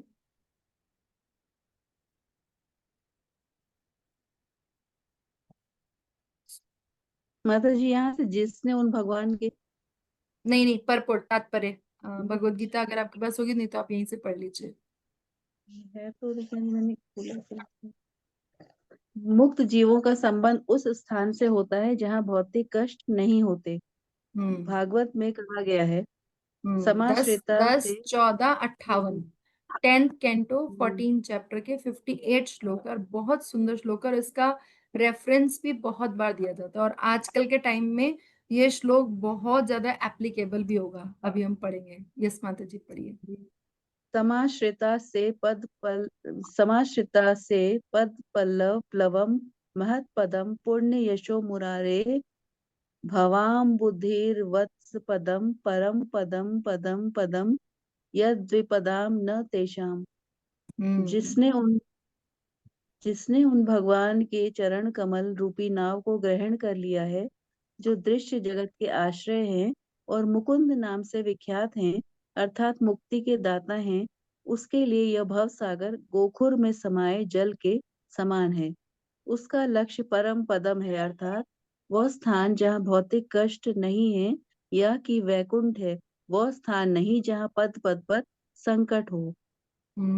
आजकल ऐसे ना पद पद विपदाम, पता ही नहीं चल रहा कहाँ पद रखे कहाँ पैर रखे। आजकल तो जहां पैर रखो वहीं संकट है ना। कभी कभी हमें पता ही नहीं चलता है। कोई बंदा होता है, मैंने अभी फोन पे बात करी थी, फिर उसको हार्ट अटैक आ गया। कोई बनता है एकदम एक्सीडेंट हो गया, कभी कुछ नहीं होता फिर भी बंदा वॉशरूम में ही गिर गया, है ना, और फिर डेथ हो गई। तो पग पग पे विपदाम है, और जितनी ये सब चीजें हो रही हैं, ठीक है। तो यहाँ पे उन्होंने क्या बताया भागवतम में, कि जिसने उन भगवान के चरण कमल रूपी नाव को ग्रहण कर लिया है। तो यहाँ पे चरण कल भगवान के चरण कमल क्या है, एक बोट है ना। और जो भी भगवान के नाम रूपी इस बोट में चरण कमल जो है भगवान के, जिसने जो भगवान के चरणों मतलब भगवान की शरण में आ गया है, जो कि इस दृश्य जगत के आश्रय हैं, जितना भी ये सब कुछ है वो भगवान पे डिपेंडेंट है, और मुकुंद नाम से विख्यात है अर्थात मुक्ति के दाता। अगर हमने ये कर लिया है, ये टर्म्स एंड कंडीशंस हैं, if this is true, then what will happen. उसके लिए जो भव सागर, हम बोलते हैं ना कि इतना बड़ा सागर है, उसे कैसे हम पार करेंगे। तो जो भक्ति करता है उसके लिए इस भव सागर के लिए बोला गया कि जो गाय का जो वत्स है, मीन्स जो काफ है, जो गाय का बछड़ा है, वो जब बारिश में होती है ना, पानी होता है, तो वहां पे वो पैर रखता है, तो वो एक छोटा सा गड्ढा सा बन जाता है, वो था गोखुर। उसमें जितना जल है, बस वो उतना ही जल बन जाता है। क्या? ये पूरा संसार। हमें भवसागर पार करना है ना, हम सोचते हैं कैसे ये भवसागर पार करेंगे। तो यहाँ पे भागवतम बोलते हैं कि जिसने भी उन भगवान, लेकिन उसके लिए कंडीशंस है। कंडीशंस क्या है, कि भगवान के चरण कमल रूपी नाव को ग्रहण करना। अब ये नाव हम तक पहुंचेगी कैसे? ये नाव पहुंचती है भक्तों के द्वारा। जब भक्त हमें भगवान का नाम देते हैं, भगवान के बारे में बताते हैं, कृष्ण कथा करते हैं, कृष्ण के बारे में सुनते हैं, क्योंकि चैतन्य महाप्रभु कहते हैं कि अगर तुमने एक बार भी अच्छे से नाम ले लिया ना, तो मैं खुद आऊंगा तुम्हें डिलीवर करने के लिए। बट प्रोवाइडेड क्या है कि वो ऐसा होना चाहिए जिसने कभी किसी की निंदा ना की हो। और हम में से कोई ऐसा नहीं है, तो पूरा दिन यही चलता रहता है, इसकी बुराई उसकी बुराई, ये बात वो बात, है ना। तो चैतन्य महाप्रभु ने कि नाम में जो है ना वो बहुत पावर है। आचार्यगण कहते हैं कि जो चैंटिंग है हमारी, ये क्या हमारी टिकट है बैक टू गॉड हेड। लेकिन हमें वो टिकट मिलने के बाद भी हम जो है उसकी इंटेंसिटी से नहीं ले रहे हैं, उसको अच्छे से यूज नहीं कर रहे हैं, उस नाव में बैठ ही नहीं रहे हैं। टिकट मिल गया हमें, हमें प्रभुपाद ने, आचार्यों ने इस्कॉन रूपी नाव दे दी है जो हमारे को बाहर ले जा सकती है, लेकिन हम उसमें टिक नहीं रहे हैं, है ना। और ना ही उसके जो टर्म्स एंड कंडीशंस हैं उसको फॉलो कर रहे हैं।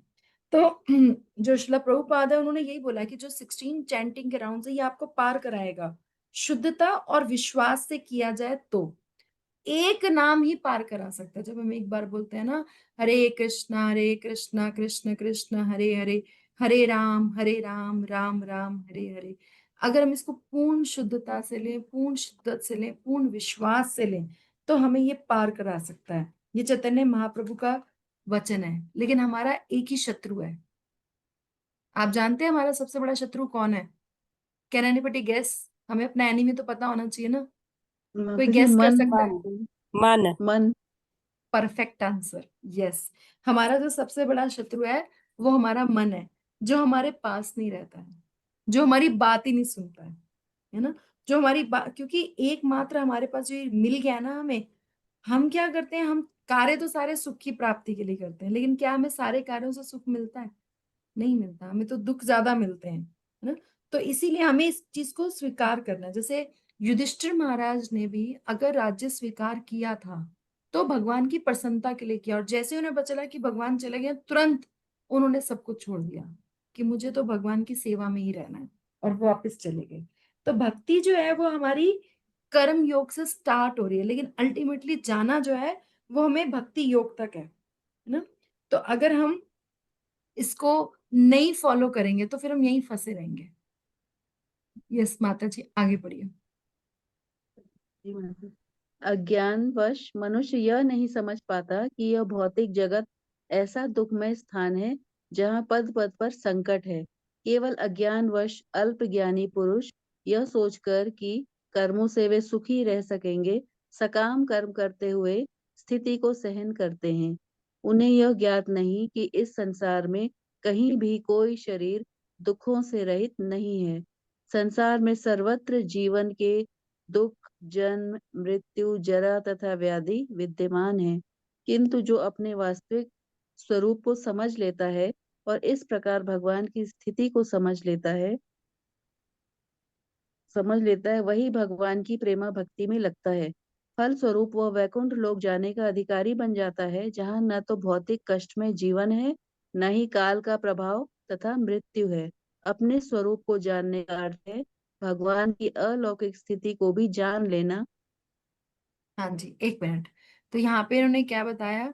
इन्होंने कि हम लोग क्या है, भ्रमवश यही सोच रहे हैं, जस्ट वन सेकेंड, यस, अज्ञानवश हम ये सोच रहे हैं कि हम जहाँ पे रह रहे हैं हम उसी को ही बेटर कर लें। तो एक मैं लेक्चर में सुन रही थी कि ये भौतिक जगत क्या है, जैसे खीर हो और उसमें कोई रेत मिला दे। कभी खाई है किसी ने रेत मिली हुई खीर? है ना, से खाई नहीं जाएगी, लगेगा कि मीठी, और लगेगा कि शायद अगले स्पून में सही हो जाए, शायद अगले स्पून में सही हो जाए। तो ये भौतिक जगत भी ऐसा ही है, जो हमें लगता है नहीं नहीं, वी विल एडजस्ट। हम एडजस्ट होने के लिए नहीं है यहाँ पे, we can do much better than that ना। तो इसीलिए अल्पज्ञानी जो अज्ञानवश क्या होता है, हम ये सोच के होते हैं कि हम जो अपनी एक्टिविटीज कर रहे हैं उससे सुखी रह सकेंगे, तो वो सकाम कर्मों की करते हुए और स्थिति को सहन करते रहते हैं, क्योंकि उन्हें ये पता ही नहीं है कि संसार में कहीं भी कोई भी शरीर दुखों से रहित नहीं है। आप आज की डेट में किसी से भी बात कर लो, जब हम कहीं कभी हॉस्पिटल जाते हैं तो वहां जाके देखते हैं कितने लोगों को कितनी प्रॉब्लम्स है। और आसपास के, तो मैं आजकल तो ऐसा हो रहा है, फैमिली में कभी कहीं से कोई न्यूज आ रही है, कभी कहीं से कोई न्यूज आ रही है, नो बडी इज हैप्पी। कोई भी आपको ऐसा नहीं मिलेगा जो बोलेगा कि हाँ जी मेरे जीवन में सब ठीक चल रहा है। कहीं ना कहीं किसी के बच्चे अच्छे नहीं है, किसी के बड़े अच्छे नहीं है, किसी के घर अच्छा नहीं है, किसी के पास पैसे नहीं है, किसी की नौकरी नहीं है, किसी का बिजनेस नहीं चल रहा, किसी के फैमिली रिलेशंस हैं, किसी के बच्चे, मतलब कुछ ना कुछ हर किसी के लाइफ में है। तो इसका मतलब क्या, दुखालय अशाश्वतम, है ना। तो सब तरफ जो है जन्म जरा मृत्यु व्याधि सब चलता रहता है। लेकिन जो अपनी एक्चुअल स्थिति को जान लेता है, क्योंकि हमने बोला ना जब हम आत्मा को जानते हैं तो ही हम परमात्मा को भी जानते हैं। फिर क्या होगा, फिर वो भगवान की प्रेमा भक्ति में लगता है। और जब वो व्यक्ति में लगता है तब वो वैकुंठ जाने का अधिकारी बनता है। जैसे ना आईएएस का एग्जाम है, तो हर कोई तो नहीं क्वालिफाई कर सकता ना, उसके लिए भी क्वालिफिकेशन चाहिए। कोई भी बड़ी पोस्ट मिलती है उसके लिए भी क्वालिफिकेशन चाहिए। तो ये तो बहुत बड़ी पोस्ट है कि ऐसी जगह जाना है ना, हमें यूएस भी जाना है तो वहां का भी वीजा लगवाना पड़ता है, राइट। तो ये तो हम वैकुंठ धाम जा रहे हैं तो टर्म्स एंड कंडीशंस तो होंगी, टेस्टिंग तो हमारी पूरी होगी, लेकिन हमें ये पता होना चाहिए कि हमें जाना है। क्योंकि वहां पे ना तो भौतिक कष्ट में जीवन है और ना ही काल का प्रभाव है। जैसे यहाँ पे तो पूरा काल का प्रभाव है ना, कि धीरे धीरे, और कुछ नहीं तो धीरे धीरे आपकी हेल्थ डिटेरियोरेट हो जाएगी, एज बढ़ जाएगी, फिर एज बढ़ने के साथ अपनी अलग प्रॉब्लम है ना। तो हम जो है अपने स्वरूप को जब जानेंगे तो हम भगवान की स्थिति को भी जान पाएंगे। अलौकिक स्थिति है भगवान की। यस माता जी, पढ़िए। जो भ्रमवश यह सोचता है कि जीव की स्थिति तथा भगवान की स्थिति एक समान है, उसे समझो कि वह अंधकार में है और स्वयं भगवत भक्ति करने में असमर्थ है। वह अपने आप को प्रभु मान लेता है और इस तरह जन्म मृत्यु की पुनरावृत्ति का पथ चुन लेता है। किंतु जो यह समझते कि उसकी स्थिति सेवक की है, अपने को भगवान की सेवा में लगा देता है, वह तुरंत ही वैकुंठ लोक जाने का अधिकारी बन जाता है। भगवान की सेवा कर्म योग या बुद्धि योग कहलाती है, जिसे स्पष्ट शब्दों में भगवत भक्ति कहते हैं। यस। तो यहाँ पे पूरा पूरा कंपैरेटिव एनालिसिस दिया गया है ना। दो तरीके के लोग बताए गए हैं। कई जैसे मायावादी कई बार कहते हैं ना कि मैं भी नारायण हूँ, तुम भी नारायण हो, अहम नारायण अस्मि। और वहां पे क्या है कि थोड़े टाइम बाद अगर भक्ति करते रहते हो, या भक्ति तो नहीं कहना चाहिए, अगर आप इस तरीके का प्रोसेस फॉलो करते रहते हो तो नारायण बन जाते हो। तो बिल्कुल गलत है, क्योंकि हमने पढ़ा हुआ है कि भगवान और जीव दोनों हमेशा रहते हैं, है ना। भगवान ने बोलता ना कि मैं भी हमेशा रहा हूं और तुम भी हमेशा रहे हो। तो कभी भी हमारी स्थिति जो है वो समान नहीं हो सकती। अगर कोई ऐसा सोचता है तो वो बिल्कुल अंधकार में है, और खुद भी भगवत भक्ति नहीं कर सकता तो वो दूसरे को क्या बताएगा। और जो अपने आप को मान लेता है कि मैं ही भगवान हूं, तो वो फिर उसने जन्म मृत्यु की जो रिपीटेड साइकिल है वो सेलेक्ट कर लिया है। लेकिन जो हमारी बुद्धि योग क्या कहता है, जो आज हमने समझा, जो ये समझ लेता है कि उसकी पोजीशन क्या है, सेवक की है ना। जैसे हमने बोला जीवर स्वरूप है नित्य कृष्ण दास। तो फिर अब जब हम नित्य कृष्ण दास हैं, जैसे हम दीक्षा भी होती है तो नाम क्या कि दास या दासी लगता है, तो वो सिर्फ कहने के लिए नहीं लगता है, वो एक्चुअली में उसका मतलब है। तो फिर वो क्या करेगा, वो अपने आप को भगवान की सेवा में लगाएगा। और जब हम, क्योंकि हमने वहां पे जाके भी सेवा करनी है और यहाँ पे रह के भी सेवा, तो इट इज लाइक, जैसे बोलते हैं ना कि जैसे जब एयरप्लेन उड़ाने की ट्रेनिंग जो होती है, पायलट ट्रेनिंग जो होती है, तो पहले उनको ग्राउंड पे ही उड़वाया जाता है, और जिससे वो इतने ट्रेंड हो जाएं कि जब वो हवा में जाएं तो वो खुद उड़ा सकें। तो इसीलिए जो आज की डेट में इस्कॉन है, पूरा पैराफेरिया है, भक्त हैं, डीटी वर्शिप है, ये सब क्या है, ट्रेनिंग है हमारे लिए, है ना। ट्रेनिंग सेंटर है ये, ट्रेनिंग है। और हमें ट्रेनिंग मिल रही है कि हम अच्छे से भगवान की भक्ति जो है वो कर सकें। और फिर क्या होगा, हम वैकुंठ लोक जाने के अधिकारी बनेंगे।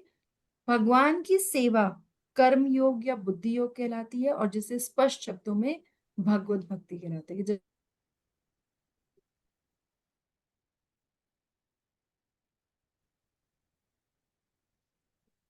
जाएंगे तो माता जी भगवान आपकी आवाज परमात्मा नहीं रूप आ में रही। सबके हृदय में है। आवाज आ रही है? आ गई। आ गई, ठीक है। तो अगर हम भगवान की सेटिस्फेक्शन के लिए काम करेंगे तो डेफिनेटली उसको भगवत भक्ति कहते हैं। हम अपनी सारी चीजों को, हमें इंटेलिजेंस यूज करनी है। जैसे यहाँ पे दो वर्ड्स यूज करें, कर्म योग और बुद्धि योग। कि कर्म योग क्या, हम अपने सारे ऐसे कर्म करें जिसमें योग में भगवान हो, है ना, भगवान की प्रसन्नता, और अपनी बुद्धि को ऐसे लगाएं कि भगवान की प्रसन्नता के लिए हम वो सारे कर सकें। तभी हम भगवत भक्ति जो है वो कर पाएंगे, राइट। तो अभी आप में से कुछ कोई ऐड करना चाहे, कोई question, anything you want to ask और डिस्कस, और एक एक लाइन आप में से कोई शेयर कर सकता है कि what is your learning today. तो हम 5-7 मिनट और डिस्कस कर सकते हैं, इसको भी है हमारे पास। तो माता आज जी, आपने क्या, यस माता जी बोलिए प्लीज। माता जी आज आपने जो कराया कि एक तो पहले कृपण के बारे में बताया कि आदमी के पास पैसा रहते हुए, सब कुछ रहते हुए, वो अपना पैसे का उपयोग नहीं करते हैं और वो हम्म संचित करके रखते हैं। एक तो कृपण का ये मतलब हो गया। और एक ये है कृपण का मतलब कि जब हम अपनी इंद्रियों को भगवान के उसमें नहीं लगाते हैं, तो वो भी एक मतलब कृपण के रूप में आ जाता है। अगर हम अपने हम्म इंद्रियों को भगवान के रूप में लगाएं, भगवान को, भगवान की सेवा में लगाएं, तो वो जो है हमारा कर्म जो है वो बन जाता है। मतलब कहने का मतलब कि भगवान की सेवा में। हम उससे फल से छूट जाते हैं। हाँ, तो उससे हम कर्म बंधन से छूट जाते हैं। तो इसमें हम्म, यही यही बताया है कि हमको अपना कर्म जो कर रहे हैं वो भगवान के लिए करना है, और ये सोच के करना है कि आ, माता इससे जी, भगवान प्रसन्न हो। हाँ, जिससे भगवान को भगवान की प्रसन्नता के लिए, भगवान प्रसन्न हो। और हम्म, हम निष्काम भाव से अगर करेंगे तो फिर हम जो है अ, उसका फल, मतलब हम फल सोच के न करें, निष्काम भाव से करें, तो हम भगवान के धाम जा सकते हैं और गोलोक को प्राप्त हो सकते हैं। और नाम जप तो बहुत ही ज्यादा है, अगर हम नाम जप करते रहें तो उसका फल तो बहुत ही ज्यादा है। तो टिकट लेकिन टिकट है लेकिन हमारा। लेकिन वो टिकट उतना हो back to Godhead. Ticket नहीं। Of back to Godhead. हाँ, लेकिन वो उतना हो नहीं पाता है। इसीलिए तो बताया जा कोशिश रहा है कि उसकी कोशिश इम्पोर्टेंस। कर हाँ, कोशिश ही कोशिश करनी करना है, है। बस हमने कोशिश प्रार्थना करनी है और प्रयास करना है। हाँ, प्रयास जब करना हम है कि हम कितना मतलब भगवान की सेवा कर सकते हैं और नाम जप कर सकते हैं। नाम को छोड़ना नहीं है, नाम जप को। यस, बिल्कुल बिल्कुल, यस। हरे सुमन कृष्ण माता माता जी। जी, आप कुछ ऐड करना चाहोगे या रिपीट भी कर सकते हैं, वट एवर यू लाइक और लर्न टुडे। मैंने थोड़ा लेट ज्वाइन किया तो मुझे ये थोड़ा समझ में आ रहा था कि पाप और पुण्य का जो दो बैग्स है हमें खाली रखने हैं, क्योंकि अगर हम्म दोनों में से एक भी हुआ तो वो मतलब वो एक बाधक होगा भगवत भक्ति में या गोलोक धाम की प्राप्ति में।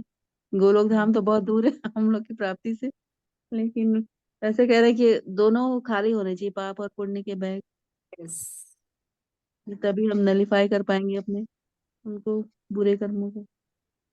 और माता जी यस। चिंत्य अचिंत्य भेद वो भी यही है क्या, कि नहीं भगवान नहीं, वो वो अलग, दूसरा, वो जी, अलग। कि भगवान एक बूंद के समान है क्वालिटी वाइज, और ये वाला है हाँ, माता उससे जी। थोड़ा कनेक्टेड है, वो अलग टॉपिक है, उसको जी हम अलग से डिस्कस करेंगे। जी जी जी जी, माता जी। हम्म और माता जो, जी बहुत अच्छा आपने समझाया, बहुत अच्छे से एग्जाम्पल दिया। Thank you ji, thank you. बस सब लोग टाइम से ज्वाइन करें जिससे हम अच्छे से और कर पाए। माता जी एक जिस और क्लास चलती तो फिर वो जल्दी नहीं छोड़ते हैं, तो मैं सोच रही थी ड्रॉप कर दूं, मगर फिर चलिए, दूसरे कोई बात, डांट पड़ती। कोई बात नहीं, कोई बात नहीं। Yes yes. शामप्रिय माता जी, आप कुछ कहना चाहोगे। माता जी वो वाला बड़ा अच्छा पॉइंट लगा कि जो अ, जनक महाराज ने जो अ, यज्ञ हम्म में कहा कि जो भगवत मतलब जो भगवान को जानता है वो इस हम्म गाय को ले सकता है, लेकिन हम्म वो उनमें से कोई नहीं उठे। तो ये हम्म जगह याज्ञवल यज्ञ, के, हाँ याज्ञवल के। हाँ जी, उन्होंने फिर अपने शिष्यों को कहा कि ये सारी गायें को आश्रम में ले चलो। तो उन्होंने हम्म फिर कारण पूछा, तो उन्होंने फिर यही बताया कि जो अपने इस जीवन में भगवान को नहीं जानता, जब भगवान का स्मरण नहीं करता, वो कृपण है। यस तो इस जीवन में हमें मतलब ऐसे नहीं जाना है, अपने सकाम कर्मों से नहीं जाना है, निष्काम कर्मों से जाना है। और उसमें ये भी बताया कृपन का कि हमें कुछ ना कुछ दान भी करना चाहिए। ये नहीं कि बिल्कुल। अपने ऊपर ही तुम खर्च करो या अपने पास ही रखो, किसी के लिए कुछ करो ही ना, दान ही ना दो। तो ये अभी एक बहुत सुंदर अवसर है जो मैंने अभी अभी, महाराज जी की व्यास पूजा है संडे को। तो अगर आप जी सब चाहें तो आप सब उसके लिए भी डोनेट कर सकते हैं, लिंक हम भेज देंगे।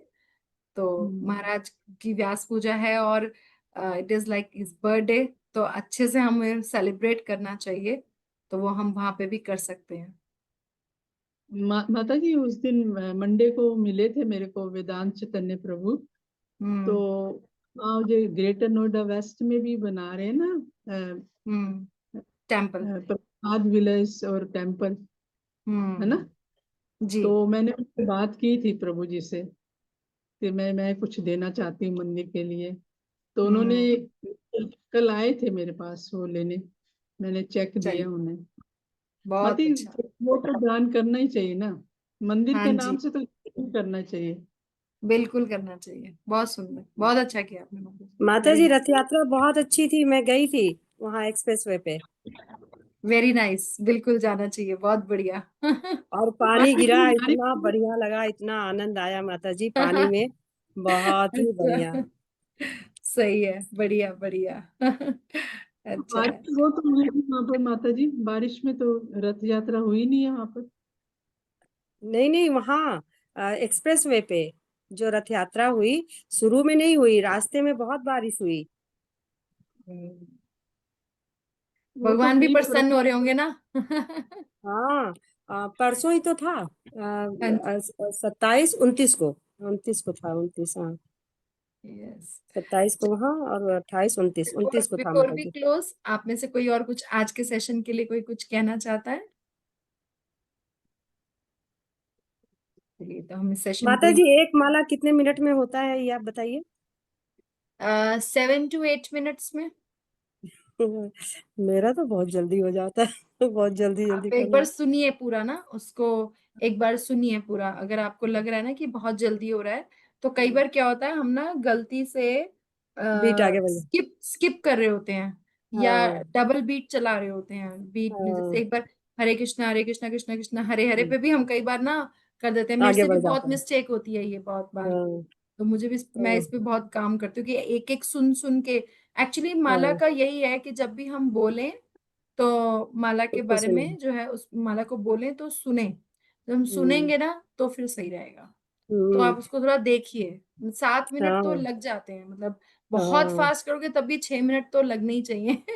बहुत फास्ट और मतलब एटलीस्ट सुनना है, बेसिक पॉइंट हम्म इसकी सुनना है, तो उसमें अब जो भी टाइम हम्म लग रहा है सो लग रहा है। जी माता जी, थैंक यू माता जी।